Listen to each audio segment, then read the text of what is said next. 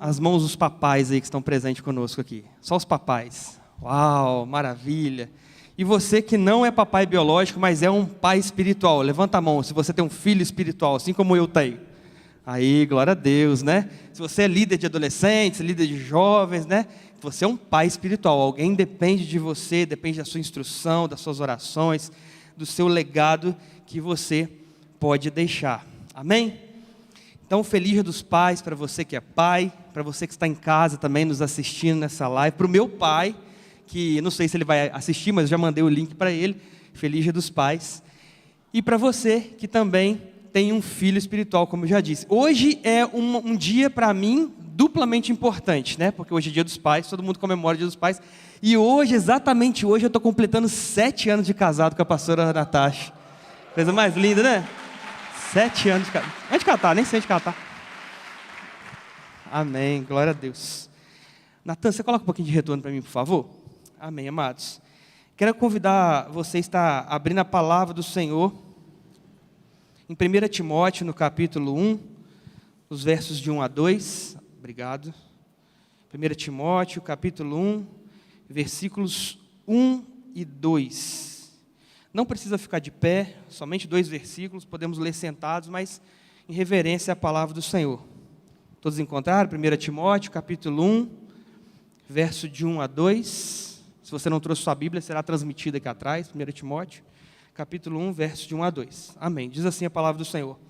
Paulo, apóstolo de Cristo Jesus, por ordem de Deus, nosso Salvador, e de Cristo Jesus, nossa esperança, a Timóteo, verdadeiro filho na fé, que a graça, a misericórdia e a paz da parte de Deus Pai e de Cristo Jesus, nosso Senhor, esteja com você. Vamos repetir essa última parte? Que a graça, a misericórdia e a paz da parte de Deus Pai e de Cristo Jesus, nosso Senhor, esteja com você. Feche seus olhos, não feche a sua Bíblia, nós vamos precisar desse texto durante essa pregação. Vamos orar ao Senhor mais uma vez. Deus amado, Pai querido, obrigado, Jesus, porque hoje é o Dia dos Pais e o nosso Pai primeiro é o Senhor. Obrigado, Jesus, porque o Senhor, diferente do nosso pai biológico, jamais falta conosco. O Senhor jamais deixou um justo mendigar o pão, jamais deixou a sua descendência passar fome, Deus, porque o Senhor é um Deus justo, é um Pai de amor, é um Deus, meu Pai, que não privilegia filhos, ó Pai, mas é um Deus presente, está aqui no meio de nós. Obrigado, Jesus, porque o Senhor concede, Senhor, a graça, meu Pai, a nós, de também sermos pais biológicos, ó Pai, e pais espirituais, ó Pai, de termos filhos também na fé, filhos, Senhor, para deixar um legado, Jesus, mas queremos te agradecer primeiramente, Deus, porque o Senhor deixou o seu Filho Jesus, Senhor, para morrer na cruz por nós, Deus, maior legado do que esse não há, Deus. Obrigado, Jesus, pela sua morte sacrificial, Jesus. Obrigado, Jesus, pela sua graça que nos alcançou e continua nos alcançando a cada dia, Deus. E obrigado, Jesus, porque nós levamos, meu Pai, diante do Senhor da nossa vida, diante da nossa caminhada, meu Pai, a nossa vida, o nosso cotidiano, Senhor, baseados, meu Pai, naquilo que o Senhor é para nós. Obrigado, Jesus, por essa palavra, por essa porção linda da palavra, Deus, que ela venha alcançar os corações nossos aqui presentes, Senhor, nessa noite, em nome de Jesus, amém, e graças a Deus. Amados, essa palavra é uma palavra de pai para filho. Na verdade, eu nomeei essa mensagem como uma relação de pai e filho. Tem tudo a ver com a data que nós estamos vivendo hoje, que é o Dia dos Pais. E nós vamos ver agora uma coisa que foi muito intencional aqui, que é uma maneira, uma tratativa, não somente uma tratativa, mas uma relação entre Paulo e Timóteo, seu filho na fé. A palavra ela começa já iniciando com a saudação de Paulo, e ele diz assim: olha, eu sou apóstolo de Cristo, por ordem de Deus, nosso Salvador, mas eu escrevo ao meu filho na fé, Timóteo. Eu escrevo a esse filho verdadeiro na fé, que a graça, que a misericórdia, que a paz da parte do Pai e de Cristo Jesus, nosso Senhor, esteja com você. A coisa que começa aqui, essa saudação, é uma saudação de um pai para filho, que o pai decide delegar para o filho a mesma coisa que alcança ele naquele tempo. A graça que alcançou o apóstolo Paulo, ele também quer que o seu filho viva. O amor que alcançou o apóstolo Paulo, ele também quer que o seu filho viva.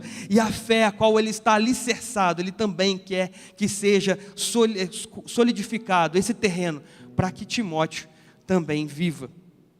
E essa palavra fala sobre essa relação de pai e de filho.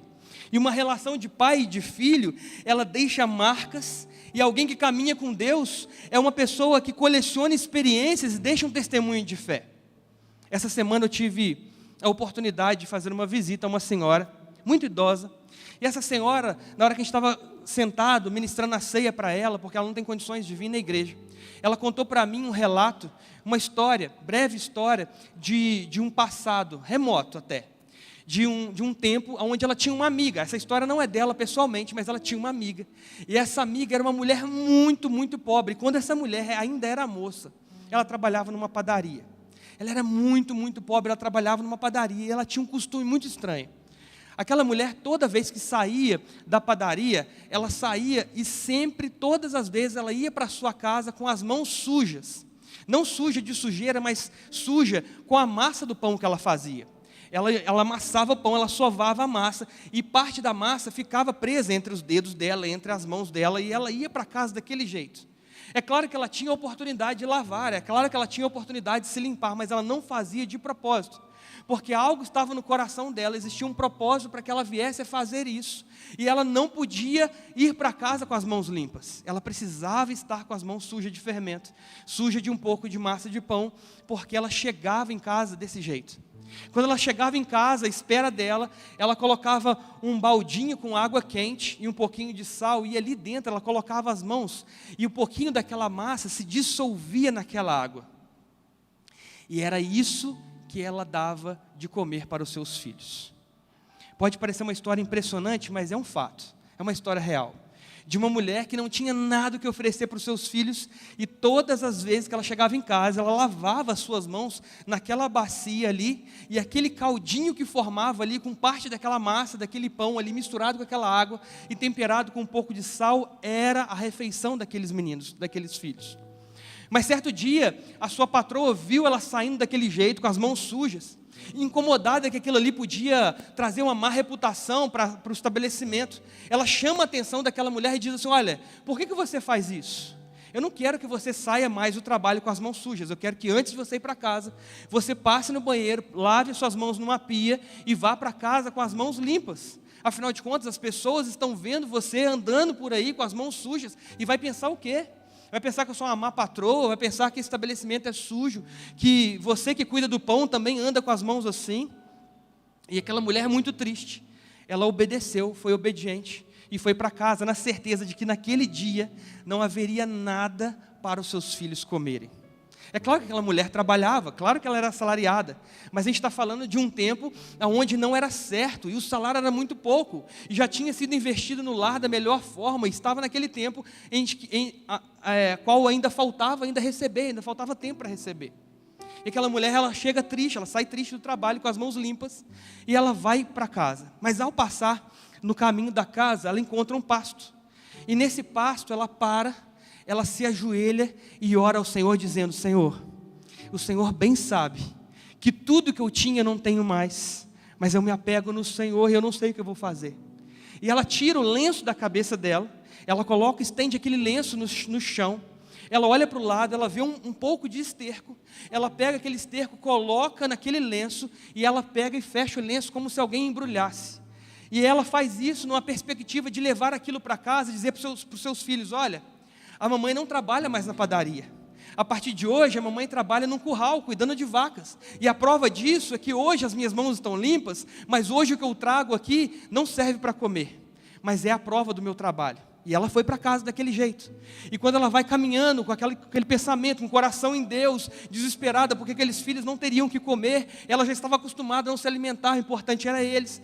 Quando ela vai chegando próximo de casa, ela chega e fala com os filhos: olha, hoje não há aquilo que eu sempre trago para vocês para comer. Hoje, infelizmente, a mamãe não está trabalhando mais na padaria, e ela não trouxe mais aquilo que ela chamava como pirãozinho. Ela fazia como se fosse um pirão, ela chamava de pirãozinho. Hoje não tem um pirãozinho. E aí, quando aquela mulher ela chega, ela fala assim: olha, eu trouxe para vocês a prova de que eu não estou trabalhando mais na padaria, agora eu estou trabalhando num curral com vacas, e a prova está aqui nesse lenço. Quando aquela mulher senta, ela abre aquele lenço em cima da mesa, em cima daquele pano, quando ela abre ali, existe um bolo de arroz cozido. Uma história verdadeira, um bolo de arroz cozido. E aquela mulher, ela fica sem entender nada, e aqueles filhos falam assim: mamãe, esse emprego de agora é muito melhor do que o de antes, porque agora vai ter banquete todo dia aqui em casa. Antes a gente comia só um pirãozinho, agora a gente vai ter banquete aqui em casa. E aqueles filhos, eles ficam felizes. E por que eu estou te contando isso, meu irmão? Por que eu estou te contando isso, minha irmã? É porque muitas vezes as experiências que nós vamos ter com o Senhor, muitas vezes vão ser olhadas de maneira adversa. Alguém vai olhar e não vai validar a sua experiência, mas eu tenho uma palavra para você: se você tem uma experiência de fato com o Senhor, ninguém te tira ela. A experiência que o Senhor te dá é uma experiência só sua. A experiência que Ele te leva, que Ele te conduz, você pode testemunhar, ainda que pessoas não acreditam. O milagre acontece conosco, acontece comigo e acontece com você. Então comigo tem que ser diferente, comigo pode ser diferente. Então a gente não deve se basear na fé dos outros, mas a fé a qual nos cerca. Será que essa que é a fé que estabelece o chão firme debaixo dos seus pés? Será que é isso que é o legado que o seu pai deixou para você? Hoje nós estamos falando sobre uma relação de pai e de filho. E será que o seu pai biológico é este homem de Deus que deixou para você uma fé firme, consolidada, a ponto de você conseguir dar o próximo passo na certeza de que não vai cair? A ponto de você estar passando por situações difíceis como aquela mulher e fazer coisas sem entender o propósito, mas receber a promessa? Será que nós caminhamos assim? Mas como o Tiago mesmo falou aqui na ministração, muito bem colocado, parece até que a gente combinou: ainda que o seu pai biológico não faça, o seu pai espiritual sempre fez. Ainda que o seu pai biológico tenha te faltado em algum momento, Deus jamais vai faltar, porque Ele é o Pai. Ele também deu o Filho, e Ele deixou conosco o seu doce e santo Espírito de Deus. E esse Deus, Ele continua caminhando. É um Deus, não é o Deus da história, é o Deus do hoje, é o Deus do presente, é o Deus que está aqui nesse lugar. Eu costumo dizer que a atmosfera é transformada não por causa da palavra que está sendo pregada, quem dirá o do pregador, quem dirá o ministério de louvor. A atmosfera de um ambiente é modificada a partir da nossa expectativa que o Senhor está lá. Quando eu preguei aqui alguns dias atrás, algumas semanas passadas, eu falei da Gabi Sampaio, que ela falou assim: olha, eu crio uma atmosfera tão grande no meu coração, uma expectativa tão grande quando eu vou na presença do Senhor, que quando eu estou caminhando para a casa do Senhor, quando eu sinto algo no meu braço, pode ser uma gota de chuva caindo na minha pele, eu falo: ai meu Deus, o Espírito Santo me tocou. Ele me tocou. Então não tem a ver com o Espírito Santo te tocar de fato, tem a ver com a expectativa que você cria no seu coração. Porque quando você cria expectativa de milagre no seu coração, a atmosfera começa a mudar a seu favor. As coisas que antes estavam estagnadas começam agora a ser direcionadas, começa a te direcionar para o lugar do alcance, da promessa. Vai acontecer porque Deus quer, vai acontecer porque Ele pode, vai acontecer porque Ele continua sendo fiel. Independente se nós sejamos infiéis, mas uma relação de pai e de filho, ela começa com alguns princípios. Quando nós estamos olhando para esse texto aqui, a gente vai ver que o que está acontecendo aqui, o contexto onde esse texto foi lido, é um contexto onde Paulo está entre a sua primeira e a segunda prisão. Paulo certamente, provavelmente aliás, pode estar na Macedônia, como lá em 1 Timóteo 1,3, ele está numa viagem à Macedônia. E ele escreve essa carta por volta de 64, 65 anos depois de Cristo, ao seu filho na fé, Timóteo. E o objetivo dessa carta é trazer Timóteo algumas orientações de pai para filho, algumas orientações pastorais, algumas orientações sobre a igreja que agora Timóteo está pastoreando. Timóteo está em Éfeso, e Éfeso está vivendo um grande momento de tribulação. Apostasia está acontecendo, pessoas estão deixando a fé, existem algumas pessoas trazendo uma falsa doutrina para aquele lugar, e o apóstolo Paulo está dizendo assim: olha meu filho, eu te constituí debaixo da graça que me alcançou, eu te constituí debaixo de um ensinamento, de um princípio, de um exemplo que antes me alcançou. Eu não deixo para você alguma coisa vazia, eu não deixo para você alguma coisa que é só oratória, que é só falatório, não. Eu deixo para você algo que é real para mim. Um pai verdadeiro, ele não deixa para o seu filho simplesmente discurso. Um pai de verdade, ele deixa para o seu filho um legado. Ele deixa para o seu filho um conhecimento somente, mas ele deixa para o seu filho experiências. Não experiências somente de contos, mas de colocar a mão e segurar e falar assim: filho, vamos comigo, porque eu quero te levar para um lugar mais profundo nessa noite. Eu quero te levar para um lugar mais alto nessa noite. Eu quero te levar para viver coisas que você não tem costume de viver, mas eu quero que você viva, porque eu sou o seu pai, e eu sei o melhor para você. E o apóstolo Paulo está fazendo isso com seu filho Timóteo. Ele está orientando, ele está exortando. Existem várias coisas acontecendo ali. Agora Timóteo também é esse jovem pregador, vivendo na cidade de Éfeso. O apóstolo Paulo fala assim, olha, que não venham desprezar a tua mocidade. Ele fala assim, olha, você pode até ser novo, mas quem disse que para ter experiências tem que ser velho? O Senhor não está buscando pessoas velhas para dar experiências. O Senhor está procurando aqueles que estão dispostos para levar a lugares altos. O Senhor não está procurando pessoas maduras para conceder experiências. O Senhor está procurando corações retos, corações ensináveis, corações praticantes da palavra, do evangelho, da verdade, para levarem lugares cada vez mais profundos, mais altos, alçar voos cada vez mais altos. O Senhor está buscando uma geração de filhos obedientes, filhos que estão apaixonados pelo seu pai e que querem viver uma relação de pai para filho muito além do que nós vivemos hoje. Eu tenho certeza que você está vivendo muito aquém do que o Senhor quer que você viva. Eu tenho certeza que o Senhor tem promessas e planos muito maiores do que o que você está vivendo hoje. Eu não sei a sua vida, não te conheço na sua totalidade, mas eu tenho certeza que nós estamos vivendo muito aquém do que o Senhor quer para nós. Porque muitas vezes nós estamos conformados e confortáveis com os ambientes que nos cercam. Muitas vezes as circunstâncias que vêm nos aprisionar, que vêm nos motivar, que vêm nos tirar do lugar que nós estamos, muitas vezes nós reclamamos e dizemos, Senhor, por que eu estou vivendo essas coisas? Por que eu estou vivendo uma situação tão desfavorável se eu te amo? Por que se eu sou filho, eu estou vivendo coisas que nem um inimigo viveria? Sabe por quê? Muitas vezes nós lidamos com Deus como nós lidamos com o próximo. Muitas vezes nós lidamos com Deus como nós lidamos com as coisas. Muitas vezes nós barganhamos com Deus aquilo que a gente combina e barganha com o nosso próximo. Eu estava lendo um livro chamado Chega de Regras, do Larry Crabb, e o Larry Crabb ele trabalha duas linhas de pensamento. A primeira linha é uma linha chamada Lei da Liberdade, e a outra linha é uma linha que ele trabalha a Lei da Linearidade. E ele fala assim que é normal a gente pensar com a Lei da Linearidade. O que é isso? Se eu estudo para a prova, eu tenho que tirar boas notas. Se eu tiro boas notas, eu passo no curso. Se eu passo no curso, eu me formo. Se eu me formo, eu consigo bom emprego. Se eu consigo bom emprego, eu consigo mais dinheiro. Se eu consigo mais dinheiro, eu tenho sucesso e assim por diante. Esse pensamento não é um pensamento incorreto. É um pensamento seguro. É um pensamento totalmente racional, trabalhado de maneira com entendimento. Mas muitas vezes, porque nós estamos condicionados com esse tipo de pensamento da lei da linearidade, nós queremos viver também assim com Jesus. Queremos trabalhar com Jesus assim, se eu oro, Ele tem que me abençoar. Se eu dou, Ele tem que dar. Se eu dizimo, Ele precisa ser fiel. Se eu oferto, Ele precisa ver a minha generosidade e ser mais generoso comigo. Mas não funciona assim com Deus. Deus não trabalha com a lei da linearidade. Deus trabalha com a lei da liberdade, dizendo assim, olha, ainda que eu oferte, ainda que eu seja fiel, ainda que eu ore, ainda que eu jejua, ainda que eu suba no monte, se o Senhor não quiser me dar, tudo bem, porque Ele continua sendo Deus, Ele continua sendo bom, Ele continua sendo Pai, e a graça dEle não me falta, nem o amor dEle me falta, e também não me falta o pão de cada dia. Quando nós entendemos isso, a gente não lida com Deus como forma de troca. Nós caminhamos e trabalhamos com Deus de maneira liberta.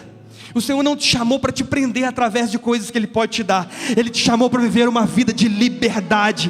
Porque a graça do Senhor não te tira das trevas e te mantém prisioneiro dentro de uma sala iluminada. Ele te tira das trevas e te leva para a maravilhosa luz que é Jesus. Esse é o lugar que Ele quer te levar. Esse é o lugar que um pai quer levar o filho. Um pai não quer tirar o filho de uma prisão e colocar em outra, para ele ficar agora preso debaixo dessa relação. Não, uma relação de pai e filho não é uma relação duvidosa ou comprometedora, é uma relação de compromisso, de afeto, de valores. A relação com Deus, a relação de um pai e de um filho é muito maior do que a relação entre um amigo, entre coisas. Estava comentando essa semana passada, não sei, que a maioria dos nossos problemas é quando nós tiramos as coisas dos lugares certos. E eu falei assim, o Senhor estava ministrando no meu coração um dia, que uma pessoa que eu ia atender tinha faltado no gabinete. E essa pessoa que tinha faltado, não tinha ninguém para para cumprir aquele horário, aquela agenda. E eu tive um tempo ali com Deus, o Senhor começou a ministrar no meu coração. E o Senhor falava assim no meu coração: a maioria dos nossos problemas é quando nós tiramos as coisas dos lugares que elas deveriam de fato estar. E começou a me mostrar algumas coisas lá em Gênesis. Ele falou assim: lá no início, quando eu planejei todas as coisas, eu ocupava o trono, porque eu sou Deus. Eu criei você, meus filhos, para ocupar um lugar abaixo de mim, para ser dominado por mim, para se render a mim. E vocês criar uma relação de igual para igual com os outros. E todas as demais coisas debaixo dos seus pés, para que você pudesse dominar. E o Senhor começou a ministrar isso no meu coração, e Ele falou assim: repare, que todos os nossos problemas é quando esses andares, alguém sobe ou desce desses andares. É como se Deus estivesse lá no terceiro andar, as pessoas estivessem no segundo andar, e todas as coisas, pensamentos, ideologias estivessem no terceiro andar. Todas as vezes que nós temos problema de fato, começa a fazer esse exercício mental, alguma coisa muda de andar. Agora, no primeiro andar, só cabe uma pessoa. Só cabe Deus e precisa ser Ele. Mas existem muitas vezes que existem algumas coisas que nos dominam. Quando alguma coisa que está no primeiro andar começa a nos dominar, ela começa a ir para o lugar de Deus. Mas quando alguma coisa senta no trono de Deus, Deus ocupa o lugar daquela coisa. Muitas vezes nós ficamos presos e apaixonados e loucos por causa do dinheiro, e dinheiro é mamon. O amor ao dinheiro é a raiz de todas as coisas. E aí quando nós colocamos o dinheiro acima de nós, sentado no trono, ele começa a nos governar e começa a nos dominar. Logo Deus já nos ocupa aquele trono, não dá para sentar dois deuses diferentes naquele trono. E ele começa a ocupar agora uma relação de coisa. Logo eu estou dominando Deus. E você já viu muitas vezes as pessoas falar assim: Deus vai te dar, Deus vai te prosperar. E coloca Deus contra a parede, falando que Ele tem obrigação de fazer. E eu vou te dizer uma coisa: Deus não tem obrigação de nada. Ele já nos fez, já fomos alcançados pela graça, isso já é suficiente. A graça de Jesus já é suficiente. A morte na cruz já foi suficiente, acabou, o preço já foi pago. Você já está livre, você já está liberto. Não é necessário mais nada. Mas quando as coisas ocupam o lugar de Deus, elas começam a nos dominar. E logo nós estamos querendo dar ordens para Deus. Mas também, quando alguma coisa do segundo andar começa a subir, quando nós temos alguém que nós amamos tanto, e quando nós começamos a colocar essa pessoa no lugar de Deus, essa coisa começa a nos dominar. Seja um filho muito querido, que você mima, seja o seu marido, seja a sua esposa, que você venera, que você adora. Se ocupar o lugar de Deus, o Senhor desce. É simples assim. Você quer que o Senhor domine, você quer que o Senhor faz, então deixa Ele permanecer no trono. O lugar dele é no trono, tem que permanecer no trono. Então se é para Ele descer, infelizmente, você vai ser dominado por aquele que não tem o total domínio, por aquele que não tem poder, por aquele que não pode te fornecer tudo o que você precisa. Talvez vai te trazer um prazer momentâneo, mas é isso e basta. Todas as vezes que você também pega uma pessoa que está no segundo andar e coloca ele ou ela na região das coisas, você começa a escravizar essa pessoa. Seja um relacionamento escravizador, seja uma dependência emocional, como nós vemos aqui no RA tantas vezes, pessoas dependentes emocionalmente das outras, pessoas feridas por outras coisas, pessoas que são trocadas por dinheiro, por objetos, por status, por emprego, por oportunidades, que muitas vezes se coloca na condição de outra pessoa. Quando nós começamos a tratar o dinheiro, as coisas, as benfeitorias, as ideologias, no lugar de outras pessoas, pode ter certeza que a gente está mais preocupado com isso do que as próprias pessoas que estão envolvidas no sistema. E essas pessoas vão para o lugar de baixo, e logo nós já estamos dominando, elas sendo escravizadas, e as coisas começam a acontecer, os problemas assim. O Senhor nos chamou para sermos pessoas diferentes, e quando a gente abre os nossos olhos e começa a ver esse tipo de relação, a gente não quer mais viver uma relação de hierarquia somente com Deus. Nós queremos colocar Deus no trono, porque Ele precisa estar no trono. Eu preciso estar no meu lugar, eu preciso entender que o meu lugar não é no trono, meu lugar também não é no meio das coisas. O meu lugar é onde o Senhor me chamou para estar, onde Ele preparou para que eu estivesse, o lugar que Ele me plantou, me colocou para que eu pudesse testemunhar, exercitar o meu ministério. É ali que o Senhor me chamou, e é ali que Ele vai me usar, não é em outro lugar. Ele também não vai se permitir ser usado. O Senhor não se permite ser massa de manobra, o Senhor não se permite ser fantoche, o Senhor não se permite ser manipulado. Muitas pessoas têm manipulado o Senhor, têm feito falsas promessas, se enganando os outros, por uma relação de favorecimento com Deus. O Senhor não te chamou para ser um filho especial, um filho diferente ou um filho predileto. O Senhor te chamou para ser um filho amado. O Senhor te chamou para ser um filho apaixonado, um filho obediente, um filho que se sacia só com a presença do Senhor e não pelos mimos que Ele pode te dar. Porque se você ficar preso naquilo que o Senhor vai te dar, você vai se frustrar muito, porque o nosso Deus é especialista em frustrações. E eu não tenho medo de dizer isso. O nosso Deus é especialista em frustrações. Agora, os nossos sonhos, quando são frustrados por outros homens, nós ficamos muito tristes. Mas quando Deus frustra os nossos sonhos, Ele está pegando a gente e alinhando e direcionando para o lugar que Ele quer levar. Se eu não tivesse Deus na minha vida, certamente hoje eu não estaria nesse altar, porque eu nunca quis ser pastor, eu nunca quis ser um pregador do evangelho, eu sou extremamente tímido, jamais estaria com o microfone aqui falando para uma multidão dessa. Mas porque o Senhor me chamou e frustrou um plano, um sonho meu anterior, Ele falou assim: olha, o mesmo Deus que chama é o Deus que provisiona. O mesmo Deus que te chama para o ministério é o Deus que conduz para o lugar. Se o Senhor te chamou, fique tranquilo, porque Ele vai suprir a necessidade. Não vai faltar nada. Não é porque nós estamos colocando Deus contra a parede, porque se Ele chamou de verdade, não vai faltar mesmo. O Senhor tem uma preocupação com aqueles que Ele chama, aqueles que são obedientes à sua vontade, que estão debaixo da sua palavra, da sua vontade. E aí Paulo, ele deixa para Timóteo algumas coisas. E o que Paulo então havia deixado? A primeira coisa que Paulo deixa para Timóteo: um legado de gratidão. Diga assim: um legado de gratidão. Vai dar tempo de tomar água, viu? Um legado de gratidão. A palavra do Senhor em 1 Timóteo, no capítulo 1, versículo 12, na parte A, e é por isso que eu pedi para você não fechar sua Bíblia. Ela diz assim: dou graças a Cristo Jesus, nosso Senhor. A parte A. Paulo, ele começa essa carta depois de saudar, depois de desejar a fé, o amor ao seu filho na fé, Timóteo. Ele começa agora a deixar para Timóteo um legado que viveu durante todo esse tempo com ele. A coisa que ele vai ensinar aqui para Paulo é o seguinte: olha, para Timóteo ele vai dizer assim: olha, meu filho, a primeira coisa que eu quero te dizer, eu dou graças a Cristo Jesus, nosso Senhor. Amados, a primeira coisa que nós vamos fazer numa relação saudável de pai e filho é dar graças, porque Jesus simplesmente é. Não, mas Ele não fez nada para mim, não interessa.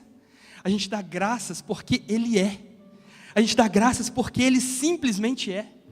Porque Ele morreu na cruz, porque Ele é o Filho do Deus vivo. A gente dá graças simplesmente porque sem Ele jamais nós estaríamos aqui falando dEle, falando desse amor, jamais teríamos sido alcançados por Ele, pela essa graça.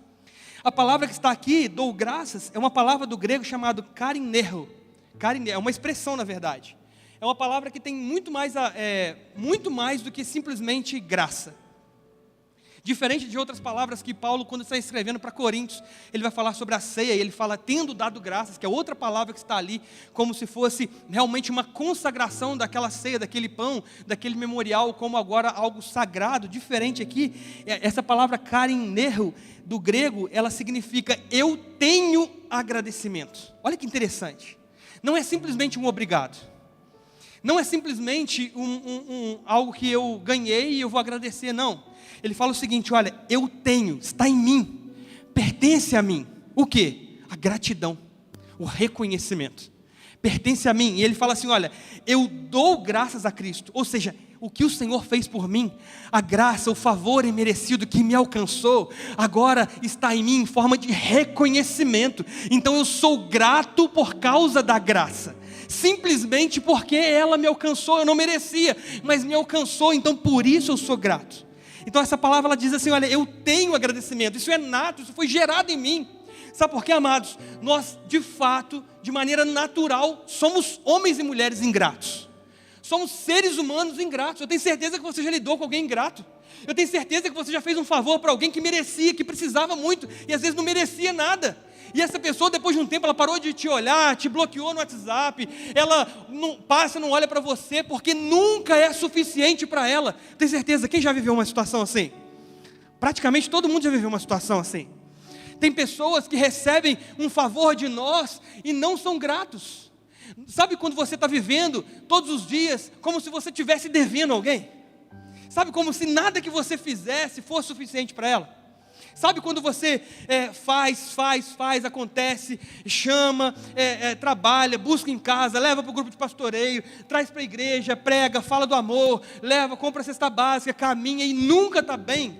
Dá a impressão que tudo que você não consegue alcançar, você está devendo, está em dívida. É viver como uma pessoa ingrata. Amados, tem muitas pessoas que elas estão aprisionadas nisso. Elas olham para nós como se nós fôssemos um supermercado, um estoque. Como se ela pudesse chegar em nós e arrancar algo de nós o tempo todo, da maneira que ela quiser, no tempo que ela precisar, e a gente tem que estar ali para suprir. Não, com Deus não é assim. Nós somos gratos porque Ele nos faz, mesmo sem nós sermos merecedores, pelo favor imerecido que nos alcançou. Agora, quando o apóstolo Paulo fala, eu tenho gratidão, quando ele fala assim, olha, eu tenho agradecimento, eu quero te dizer uma coisa, e eu dou graças, ele fala, eu só posso dar aquilo que eu tenho. Ninguém dá aquilo que não tem.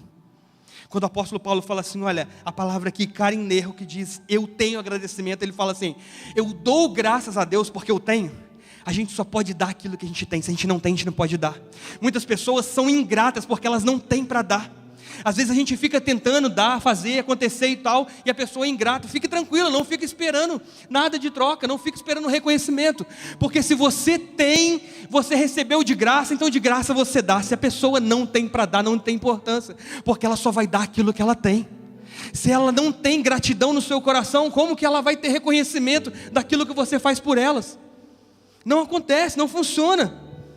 O interessante é que quando o apóstolo Paulo ele vai dizer isso, que é o que ele tem, interessante que em outros lugares, em Filipenses, no capítulo 3, versículos 7 e 8, ele diz assim, olha, que existiam algumas coisas que ele tinha, que hoje ele nem quer ter mais. Antes da conversão dele, existiam várias coisas, e ele faz uma lista, ele diz assim, olha, mas o que para mim era lucro, isso eu considerei como perda. Na verdade, considero tudo como perda por causa da sublimidade do conhecimento de Cristo Jesus, meu Senhor. Por causa dele, perdi todas as coisas e as considero como lixo para ganhar a Cristo. Lixo é uma palavra que está bem bonitinha escrita aqui em português. A tradução fiel é esterco, e eu não posso falar M porque a gente está no YouTube. É isso que ele fala. É isso mesmo que você pensou, aquela palavra com 5 letras começa com M. É isso que está escrito, eu considero tudo isso como esterco, como fezes. Porque tudo aquilo que ele conquistou pelas mãos próprias dele, depois que ele conheceu Jesus e foi impactado pela graça, e foi impactado por aquele amor, ele pegou aquelas coisas todas e trocou e disse assim, olha, isso aqui para mim não importa mais. Isso aqui não me leva a lugar nenhum. Sempre eu achei que estava me levando para alguns lugares, mas levou para lugares que eu crescia e me via, me vangloriavam, aumentavam, me deixavam com o coração mais soberbo, mais altivo, meu ego era inflado. Mas hoje eu não preciso nada disso, porque isso não me leva para um lugar que eu quero ir. Porque o que eu quero ir, na verdade, é um lugar que eu vou caminhando, mesmo não sendo aprovado pelo prêmio da soberana vocação em Cristo Jesus. É lá que é o meu alvo. Eu não estou seguindo aqui pelo caminho, porque o caminho é tortuoso, existem armadilhas, prisões, espinhos, açoites. Não, eu não estou caminhando porque os meus olhos contemplam o caminho e falam que caminho largo, que caminho eficiente, que caminho bom. Não! Eu não sou do mundo, porque as pessoas do mundo caminham por causa do caminho que é bom, que é agradável, que é maravilhoso. Não, eu caminho no caminho que parece para as pessoas que são tortos, porque o evangelho é loucura para o mundo, mas é poder para salvar, porque eu não estou no caminho por causa do caminho, eu estou no caminho por causa do destino. O caminho me aponta para a rota, enquanto as pessoas estão vivendo num caminho largo, felizes, escandalizados com as coisas maravilhosas do mundo, lá na frente o destino será cruel, mas eu passo pelo caminho estreito, por armadilhas, dificuldades, açoites, porque eu estou caminhando para o prêmio da soberana vocação em Cristo Jesus. É por causa do destino que eu estou aqui. Eu não estou no caminho por causa do caminho, eu estou no caminho por causa de Jesus, porque Ele é o destino da minha salvação. Ele que é a glória vindoura, é Ele que eu me baseio, é por Ele que eu sofro, é por Ele que eu prego, é por Ele que eu obedeço, é por Ele que eu vivo, e sem Ele eu não sei mais viver. É necessário caminhar de acordo com essa verdade, de acordo com essa vontade. E a gente vê algumas coisas, poxa, quando alguém nos faz esse favor de graça, nós agradecemos. quando um favor é feito de graça, nós agradecemos. E a gratidão, como eu disse, é um reconhecimento. Mas você já parou para pensar? A pergunta que eu quero te fazer nessa noite: Jesus morreu para todos? Sim ou não?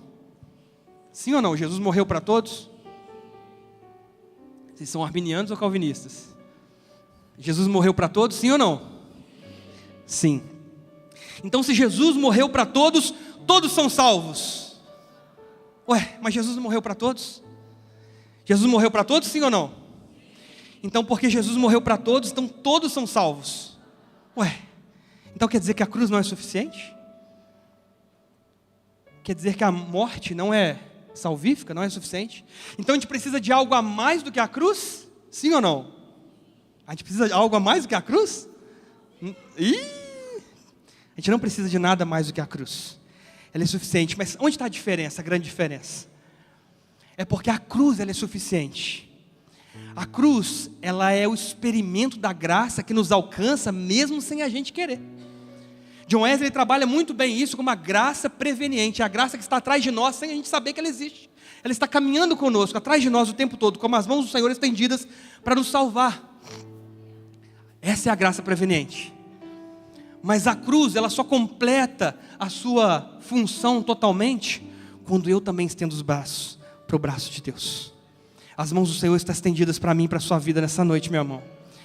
As mãos do Senhor estão estendidas sobre a sua casa nessa noite, minha irmã. As mãos do Senhor estão estendidas para o seu ministério nessa noite, meu irmão, minha irmã. A palavra de Deus fala que as mãos do Senhor não estão recolhidas como se Ele não pudesse abençoar. As mãos do Senhor estão estendidas para mim e para a sua vida nesta noite. Mas é necessário que eu e você façamos alguma coisa referente a isso. O nome disso é reconhecimento. A morte na cruz foi suficiente, mas ela não me alcança se eu dizer não. Não vai me alcançar.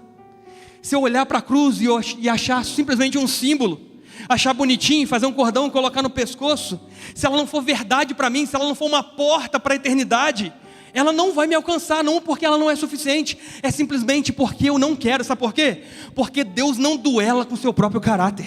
Deus não joga dados com o universo. Deus não duela com Ele próprio. Se Ele falou assim que você é livre para escolher, Ele vai deixar você escolher, mesmo que a escolha seja: Senhor, eu não te quero.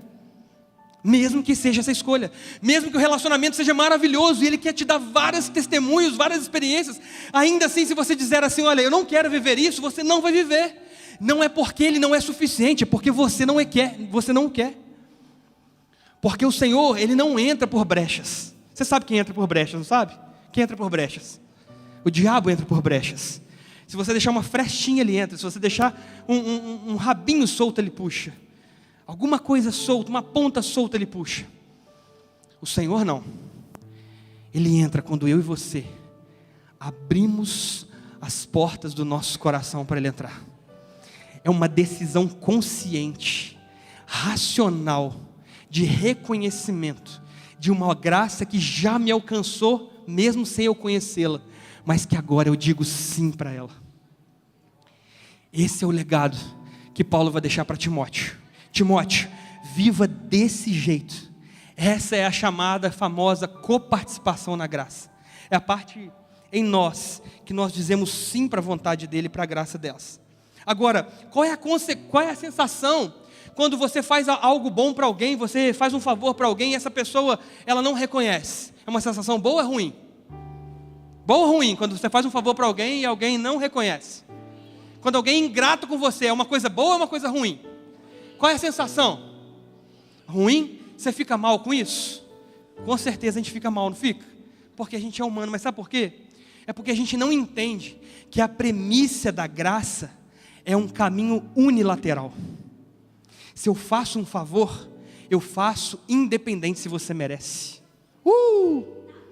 Se eu faço um favor, eu não faço pensando se você merece ou não. Eu faço o favor porque eu posso.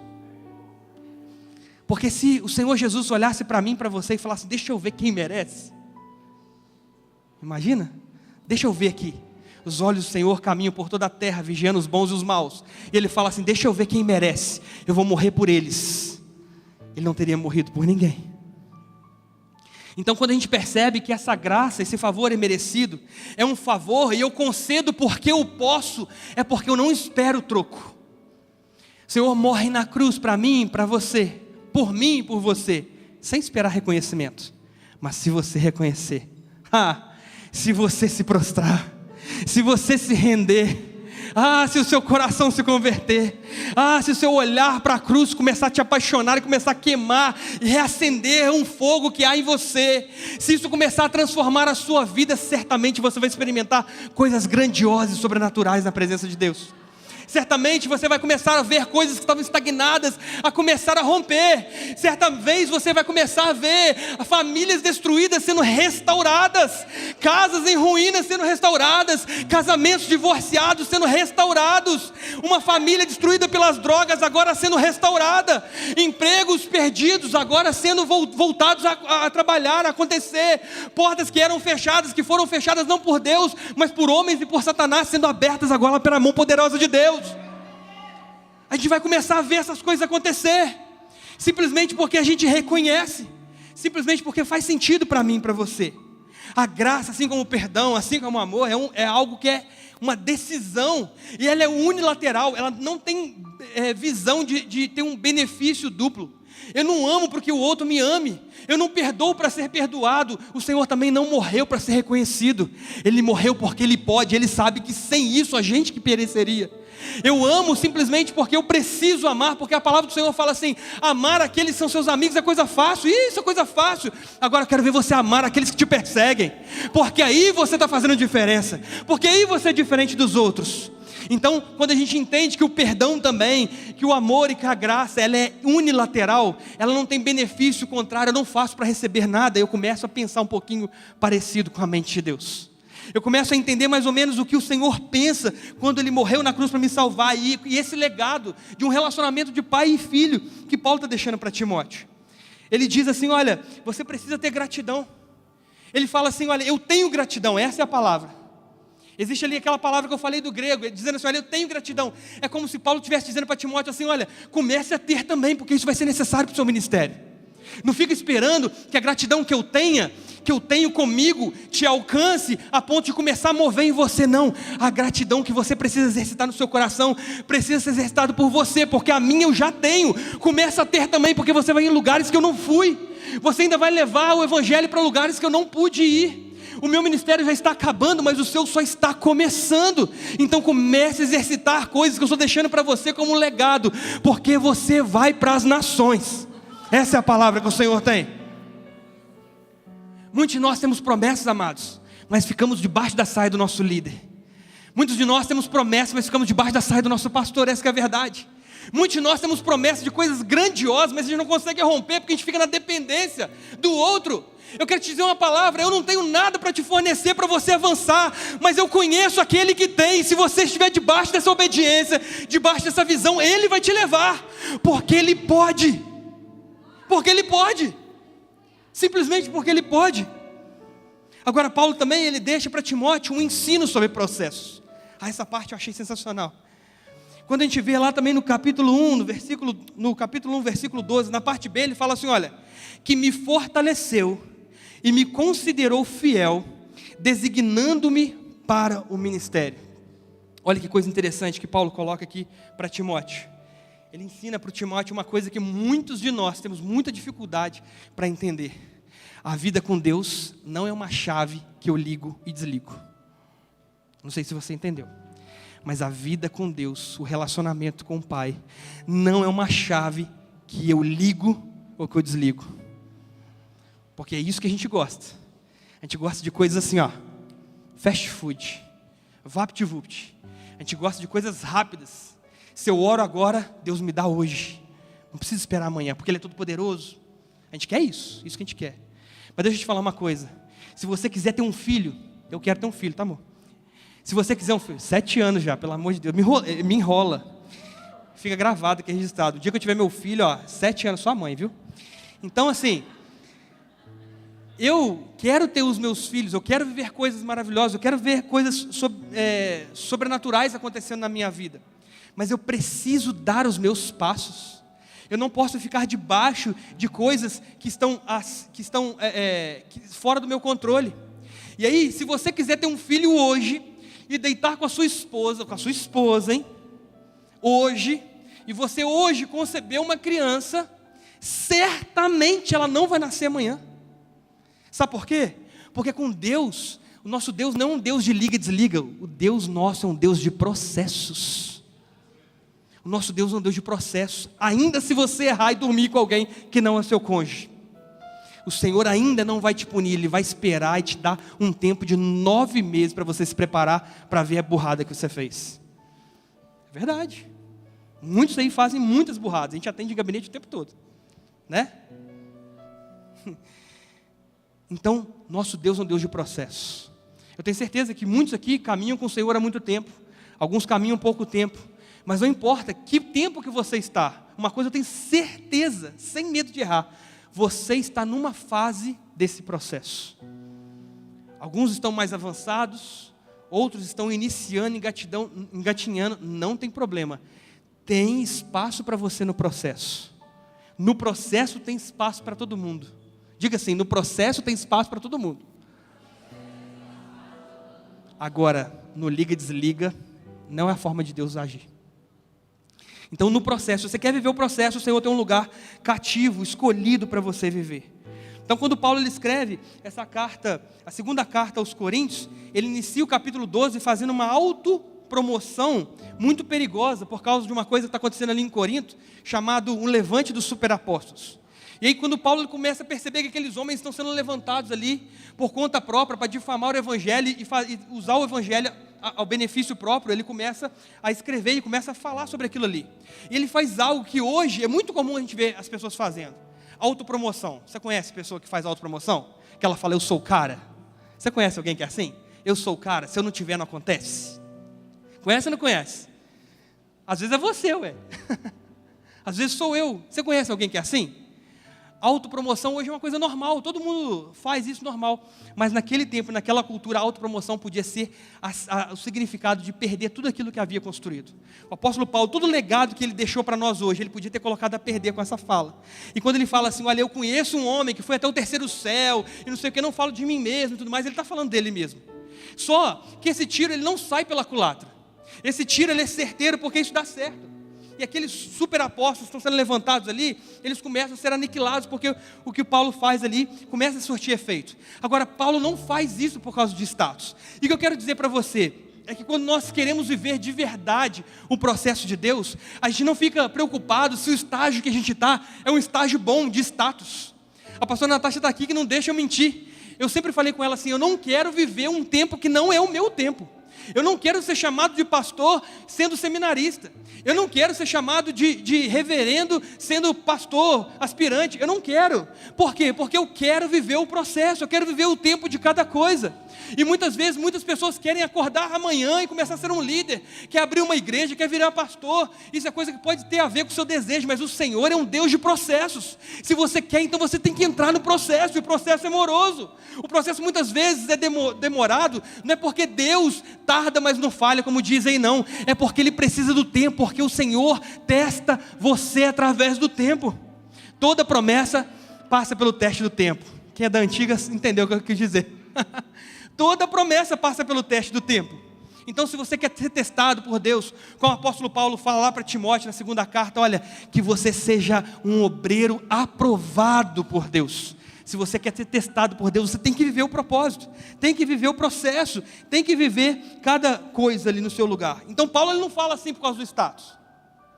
Ele não fala, eu conheço um homem que foi até o 3º céu para se vangloriar, não. Ele faz isso como refúgio, como subterfúgio. Ele está encurralado numa situação que está acontecendo ali em Corinto, ele tem que dar uma resposta para aquele povo. Mas a mensagem passada ali não é assim, olha, eu sou o cara. Muito pelo contrário, a mensagem passada é assim, olha, eu estou aqui na condição de me gloriar nas minhas fraquezas. Porque por 3 vezes eu pedi ao Senhor para que retirasse um espinho na minha carne. E Ele respondeu, a minha graça te basta, porque o meu poder se aperfeiçoa na fraqueza. O Senhor não está nem aí se você é forte. O Senhor não está nem aí se você tem dinheiro. O Senhor não está nem aí se você tem conhecimento, se você tem status. O Senhor está aí se você reconhece que você é fraco sem Ele. O Senhor não está nem aí se você sabe muito. O Senhor não está nem aí se você já viajou pelo mundo inteiro e fala diversos idiomas. O Senhor quer saber se você é fraco o suficiente para reconhecer que a sua força vem do Deus Altíssimo, do Deus Poderoso. É aí que Ele quer estabelecer um relacionamento com você. É sabendo que nós, sem Ele, nós somos fracos. E glória a Deus por isso, senão a nossa soberba como que ficaria? Senão o nosso ego como é que ficaria inflado? Senão a vaidade nos dominaria. Então quando Paulo fala, olha, eu me vanglorio nas minhas fraquezas, ele está dizendo assim, olha, eu precisei falar isso aqui, para mostrar que quem me chamou realmente é fiel para cumprir. Mas eu não estou aqui por causa do status, eu não estou aqui no status de superapóstolos. Eu sou apóstolo de Deus pela vontade de Cristo Jesus, porque Ele me chamou e eu estou fazendo o meu ministério, não para ficar famoso, mas porque eu tenho uma missão, e eu não deixo ninguém colocar a mão naquilo que Deus me confiou para fazer. E Ele vai deixar esse legado para Timóteo. Timóteo, se Deus te deu uma missão, se Deus te deu um dom, e Ele fala disso lá na carta de 2 Timóteo, Ele fala assim, ó, Deus te deu um dom por imposição de mãos que eu mesmo coloquei sobre você, então exercite esse dom, não fique estagnado com esse dom, exercite, avance, vá para outros lugares, porque o Senhor vai te levar. Muitos querem o ministério, amados, mas muitos poucos querem viver o propósito, querem viver o processo. Eu gosto, acho que essa semana, eu estava conversando com uma pessoa sobre discipulado, e eu falei com essa pessoa assim, olha, enquanto você não souber quem você é em Deus, não tome nenhuma decisão, não faça planos, porque todos os planos que você fizer, se durante o tempo você começar a se descobrir em Deus, certamente esses planos serão mudados. Porque eu conheço um Deus que frustra planos e frustrações. E se eu sei quem eu sou em Deus, cada vez mais, planos meus são deixados de lado para viver os sonhos de Deus para a minha vida. Quanto mais eu conheço a vontade de Deus, menos eu faço planos pessoais, mais eu entrego nas mãos de Deus, mais eu deixo a vontade soberana me guiar, mais eu permito ser conduzido por Ele. Mas eu permito. Eu tenho uma frase no meu WhatsApp, desde que eu tenho um WhatsApp eu tenho. Submissão é a libertação de ter todas as coisas acontecendo da maneira como eu quero. O que significa isso? Muitas vezes, quando a gente quer tudo acontecendo do nosso jeito, a gente fica preso. A gente não é livre. Mas submissão é estar debaixo de uma missão maior do que nós mesmos. Estar debaixo de uma missão concedida por Deus. E se eu estou debaixo dessa missão, eu estou desobrigado de ficar preso nas minhas vontades, no meu querer. Porque aí eu faço a vontade que está acima de mim, que é maior do que eu mesmo. Porque eu faço a vontade daquele que me chamou. Então eu não fico preocupado em fazer muitos planos. Eu faço o plano do hoje, eu faço o plano do amanhã, para alguns anos. Eu faço uma projeção. Mas a resposta certa, na verdade, vem do Senhor, o Deus dos exércitos. E é esse o legado que Paulo vai deixar para Timóteo. Ele diz assim, olha, então o processo ele começa pela gratidão. Se você é grato, você já começou pelo pé direito, você já começou da maneira certa, mas depois, por reconhecer que existe uma fraqueza em você, porque ele diz assim, olha, então eu me fortaleci em Deus. Então quando a gente reconhece que nós somos fracos, nós nos fortalecemos em Deus. Agora reconhecer que é fraco, na verdade não é reconhecer e permanecer como fraco para a vida inteira sem dar o próximo passo, mas é percebendo que eu sou fraco, eu começo a me voltar para o Senhor para que Ele venha me fortalecer. E ele diz assim, olha, Paulo em outra oportunidade ensina para Timóteo ser considerado por Deus fiel. E em 2 Timóteo, no capítulo 2, versículo 15, diz assim, procure apresentar-se a Deus aprovado, como obreiro que não tem do que se envergonhar, e que maneja bem a palavra da verdade. E por fim, designado para o ministério. Muitas pessoas querem o ministério, porque o ministério é bom, o ministério é público. O ministério é um lugar de status. O ministério traz reconhecimento. O ministério muitas vezes traz seguidores no Instagram, você acredita nisso? E às vezes é muito bom, porque às vezes dá até dinheiro. Muitas pessoas às vezes vão querer até usar o seu perfil para vender coisas e te patrocinar. Porque o ministério, muitas vezes, ele traz consigo isso. Mas se você estiver nesse lugar, sem viver o processo, você será envergonhado quando Satanás fizer uma cilada contra você. Porque você não experimentou o processo e você não caiu em lugares que não te machucaria. E aí você vai cair muito alto lá na frente.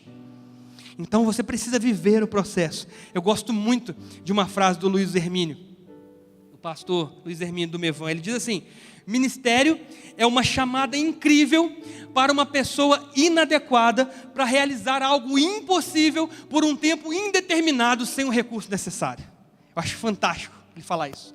O ministério é algo impossível, uma chamada incrível dada a uma pessoa inadequada para realizar algo impossível por um tempo indeterminado sem o recurso necessário. Isso é o ministério.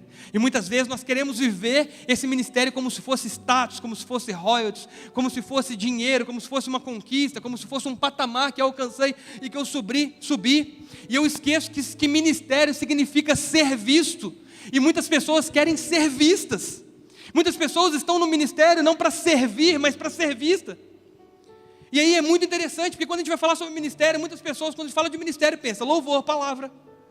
Pensa em coisas que estão debaixo do holofote. Amado, ministério é o lugar que você está servindo o Senhor com o dom que Ele te deu.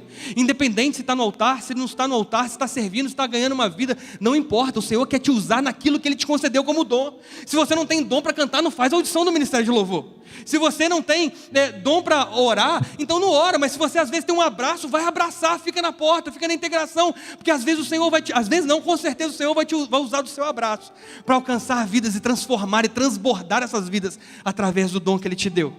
Entende? Então muitas vezes nós estamos desencaixados, entendendo e achando que isso é ministério. Muitas vezes nós estamos num lugar errado, querendo ter os frutos, e os frutos não vêm. A gente não tem entendimento para falar assim: Senhor, meu tempo aqui já deu. Senhor, agora é hora do Senhor me levar para um próximo estágio, um próximo nível. O Senhor quer te levar para um próximo nível. O Senhor quer te tirar da estagnação e te levar para um lugar melhor. O Senhor não tem um plano para você se frustrar o tempo todo e viver frustrado. Ele quer te pegar pelas mãos e te apontar para um caminho soberano, um caminho maravilhoso, um lugar melhor para você ser encaixado, mas para você viver de verdade aquilo que Ele tem para a sua vida. E encerrando a palavra, o apóstolo Paulo ele deixa para Timóteo também uma lição sobre a misericórdia. E no capítulo 1, versículo 13, diz assim: a mim, que no passado era blasfemo, perseguidor e insolente, mas alcancei a misericórdia, pois fiz isso na ignorância e na incredulidade. É interessante que quando você vê um homem que simplesmente foi o maior autor do Novo Testamento, foi a pessoa que mais escreveu no Novo Testamento, o apóstolo Paulo, aquele que todos nós olhamos para ele e olhamos e percebemos o quanto ele cresceu, o quanto ele foi usado por Deus, quantas pessoas ele ganhou para Jesus, quantas igrejas ele plantou, quantos discípulos ele deixou, o tamanho do legado dele, e ele dizendo assim: olha, eu fui blasfemo no passado, eu fui perseguidor no passado, eu fui insolente, eu desrespeitava, eu matava cristãos, isso que eu era. Só que eu alcancei misericórdia, pois eu fiz isso na ignorância, na incredulidade. A palavra ignorância aqui do grego significa agnon, aquele que tem, que age de forma inconsciente. Quem é médico aí sabe muito melhor do que eu o que é você viver de forma inconsciente. É você não ter controle sobre as suas ações, ou nem mesmo ter ações. Isso que é viver de forma inconsciente. Paulo ele fala assim: quando eu não sabia o que era viver, é isso que ele quer dizer. Quando eu não sabia o que era a vida de verdade, eu fazia do meu jeito, porque achava que isso era viver. Porque eu fui doutrinado, fui criado assim, eu era fariseu de fariseus, eu era zeloso, eu perseguia os cristãos, eu era um homem que nasceu judeu, hebreu de hebreus. Ele fala várias coisas, ele traz o histórico dele, e ele fala assim: mas isso eu fiz isso na ignorância. E aí quando eu estava na ignorância, graças a Deus que a misericórdia do Senhor me alcançou. E eu começo a perceber o seguinte: a misericórdia do Senhor é algo que anula um castigo que eu merecia e que eu não tenho. Repara que muitas vezes nós precisamos ser castigados, e a gente não é castigado porque a misericórdia do Senhor nos alcança. Então a misericórdia do Senhor nos alcança justamente quando nós não temos consciência do que nós estamos vivendo.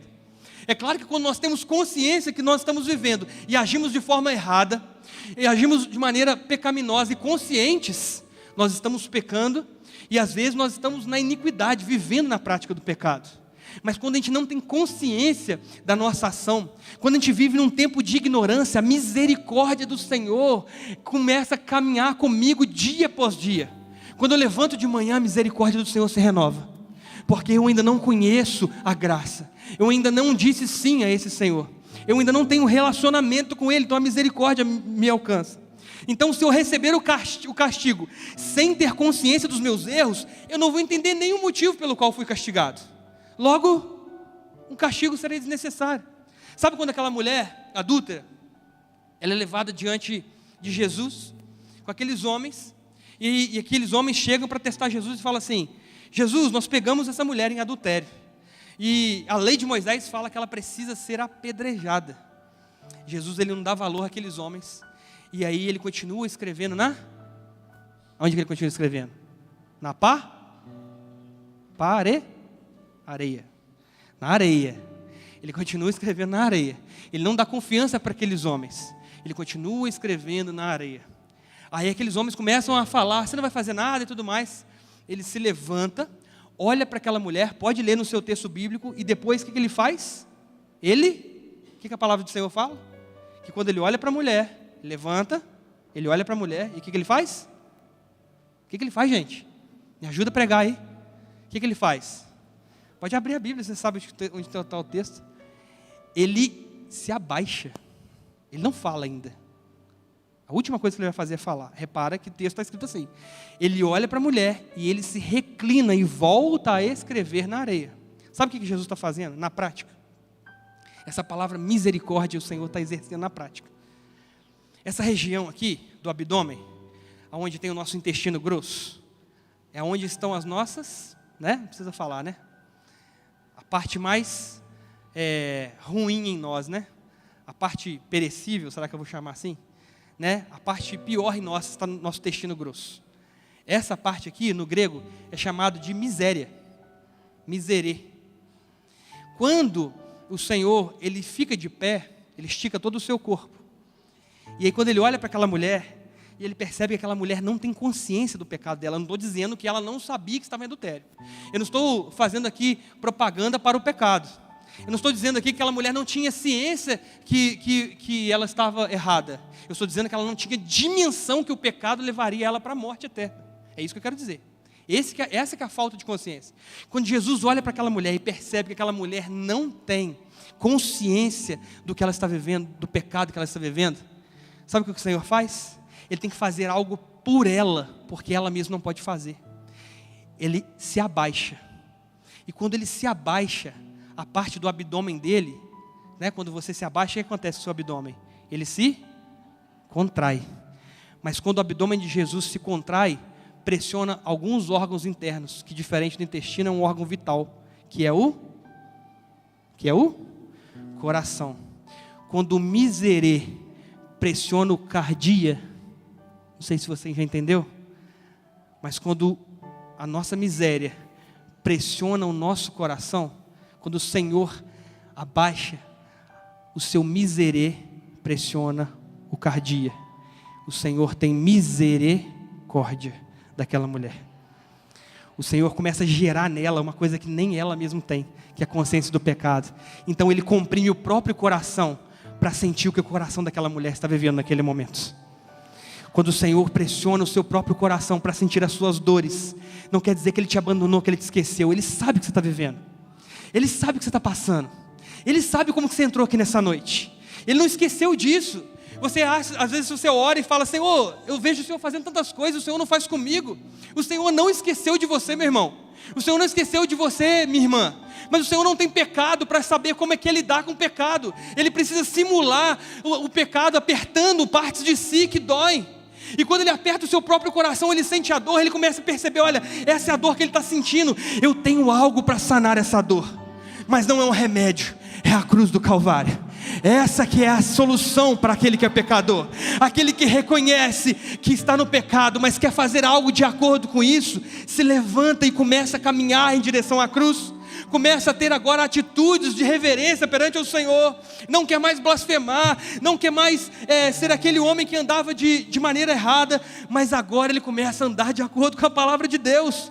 Então quando o Senhor abaixa e vai escrever na areia, o que ele está fazendo não tem nada a ver com escrever na areia, mas é começar a gerar algo para aquela mulher, muito mais do que apenas empatia. É gerar para ela uma consciência que ela ainda não tem. E depois que ele consegue gerar isso, ele pergunta para aquela mulher, depois que aqueles homens saem: onde estão aqueles que te julgam? Onde estão aqueles que te condenam? E ela diz: todos saíram, Senhor. Ele fala assim: bom, se todos eles saíram, vai, porque eu também não te condeno. Sabe por quê? Porque eu consegui sentir a dor que está no seu coração. Mas existe uma condição: a misericórdia vai te acompanhar até certo lugar, mas outro lugar você vai precisar de se reencontrar com Jesus. Você vai precisar tomar uma atitude em direção a essa salvação, em direção a essa misericórdia, chamada a graça. E aí, para encerrar, o apóstolo Paulo, quando ele vai escrever para Timóteo, lá no versículo 16, ele diz assim: olha, mas por essa mesma razão me foi concedida pela misericórdia, para que em mim, que sou o principal pecador, Cristo Jesus pudesse mostrar a sua completa longanimidade, e eu servisse de modelo para todos que hão de crer nele para a vida eterna. Paulo está deixando mais um legado para Timóteo. Paulo agora é um modelo usado na parte de Deus, mas entenda isso. Paulo não está dizendo assim: olha, eu sou o cara, eu sou o modelo, eu já cheguei naquele lugar, já cheguei na excelência, já conquistei a perfeição, já estou nesse lugar, agora pode olhar para mim. Sabe quando a gente lê lá, que diz assim a palavra do Senhor, sede meus imitadores, assim como eu sou de Cristo? Sabe essa palavra lá? Se você ler e entender o que está escrito lá, não é assim: olha, me imite, porque eu estou imitando Jesus. Não, ele diz assim: olha, me imite da mesma maneira como eu imito Jesus. Aquele homem que se diz o pior dos pecadores, ele não tem condição de dizer assim: olha, me imite porque eu estou imitando bem. Ele está dizendo assim: olha, imite a Jesus assim como eu sou imitador dele. Então não é me imite porque eu estou imitando bem, então se você me imitar, você vai se dar bem. Não é isso que ele está dizendo, não.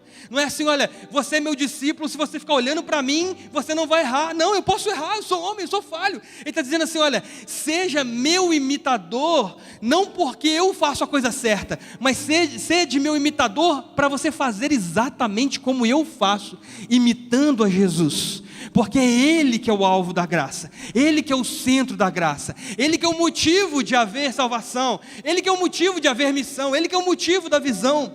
Então Ele está dizendo assim: olha, não que eu já tenha recebido isso, não que eu já tenha alcançado, eu não julgo já haver alcançado, mas esquecendo as coisas que para trás ficam, eu avanço para as que estão diante de mim, e eu prossigo para o alvo, pelo prêmio da soberana vocação em Cristo Jesus, o nosso Senhor.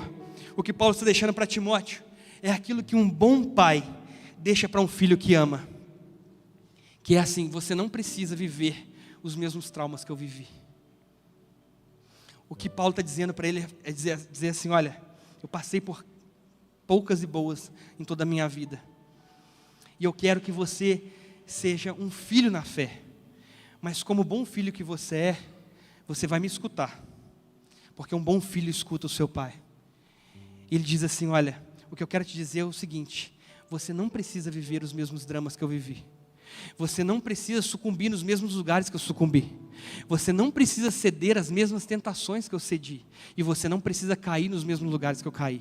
Você pode usar o exemplo negativo também da minha vida para você viver as suas experiências positivas.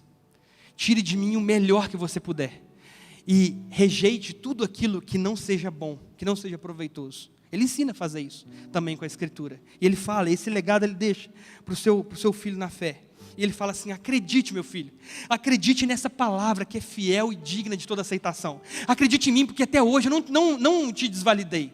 Até hoje eu não te abandonei. Eu não dei exemplo nenhum, eu não criei nenhum trauma contra você. Acredite em mim, porque até hoje eu não te coloquei na furada, não te coloquei na fogueira. Até hoje eu fui reto com você, eu fui honesto com você. Então agora não tem motivo, porque meu legado está chegando ao fim.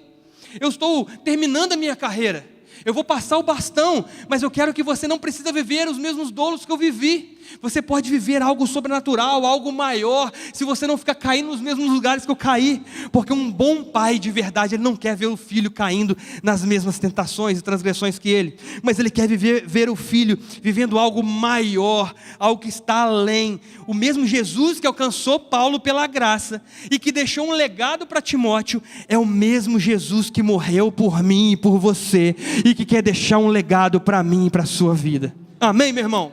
Amém, minha irmã? Você quer viver um legado na presença de Deus? Você quer viver algo maravilhoso na presença dEle? Sim ou não? Você quer viver do jeito que você está vivendo, ou você acha que Deus tem muito mais para você viver? Muito mais ou menos? Muito mais, então fique de pé no seu lugar. Fique de pé no seu lugar. Você está disposto a levar esse legado adiante? Sim ou não? Você que está disposto a levar esse legado adiante, eu tenho uma palavra para você nessa noite. Timóteo era filho de mãe e vó judias. Mãe e vó judias. Eunice era sua mãe e Lóide era sua avó. Judias. Nós temos o nome dela na Bíblia. Mas fala que ele era meio judeu. Por quê? Porque o seu pai era grego. Seu pai era gentio. E aí não fala o nome do seu pai. E aí muitas vezes, esse é o legado que o seu pai deixou para você. Nem mesmo o nome é lembrado. Às vezes o legado que o seu pai deixou para você é um legado vão. Às vezes o que ele gerou no seu coração foi só tristezas, lembranças negativas e ruins. Às vezes o que ele gerou no seu coração foi algo que você até mesmo quer esquecer, não quer viver mais. Mas quando o apóstolo Paulo está fazendo a sua segunda viagem, ele encontra aquele jovem, Timóteo. E ele percebe que aquele jovem, ele foi criado e doutrinado pela sua mãe e pela sua avó, debaixo da orientação e da palavra de Deus. E aquele homem tinha muito potencial, mas ele não poderia ficar naquele lugar. O apóstolo Paulo chama ele e fala assim: meu filho, eu sei que nós não temos nem o nome do seu pai. Eu não sei o que seu pai deixou para você, isso não importa. Mas eu quero te dizer o seguinte: eu quero te pegar pela mão e te conduzir para viagens missionárias comigo. Eu quero te levar para um lugar que seu pai nunca te levou. Eu quero te conduzir para experiências maravilhosas que vão ficar no seu histórico, que vão ficar na sua imaginação, na sua memória, que vão ser escritas e vão ser lidas por pessoas e serem pregadas na posteridade. Eu quero te levar para viver experiências tão maravilhosas e tão grandiosas que os seus olhos não conseguem contemplar e a sua mente não consegue conceber.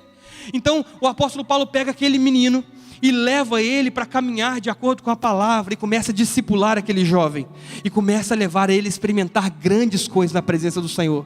Talvez o seu pai biológico não te levou para experimentar grandes coisas. Talvez o seu pai biológico não deixou um grande legado, não deixou grandes experiências para você, não importa. Mas o seu pai espiritual quer te pegar pela sua mão e te levar para viver experiências sobrenaturais, te tirar do lugar de estagnação, te tirar do lugar que você está hoje. Eu não estou falando que você está estagnado, mas eu estou falando que você hoje está num lugar, e que você pode sair desse lugar e ir para um lugar mais alto. O Senhor quer pegar o seu filho na fé e começar a caminhar com esse filho para um novo nível, para um segundo estágio, para uma próxima oportunidade. Então, se você está aqui nesse lugar, e se o seu pai biológico não deixou um legado para você, que você fala: uau, que sensacional, não importa, o seu pai, Jesus Cristo, Ele tem algo maravilhoso para você. Se o seu pai te frustrou, Jesus não vai te frustrar. Se o seu pai deixou faltar alguma coisa, a palavra do Senhor diz assim: olha, eu não deixo faltar nada, porque eu sou um Deus fiel, eu tenho as palavras de vida eterna.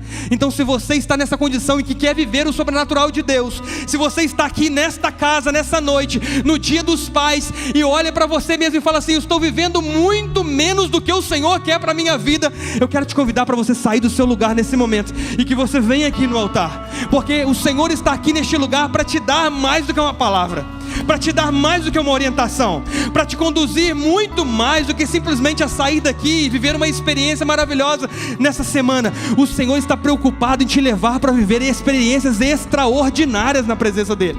Ele quer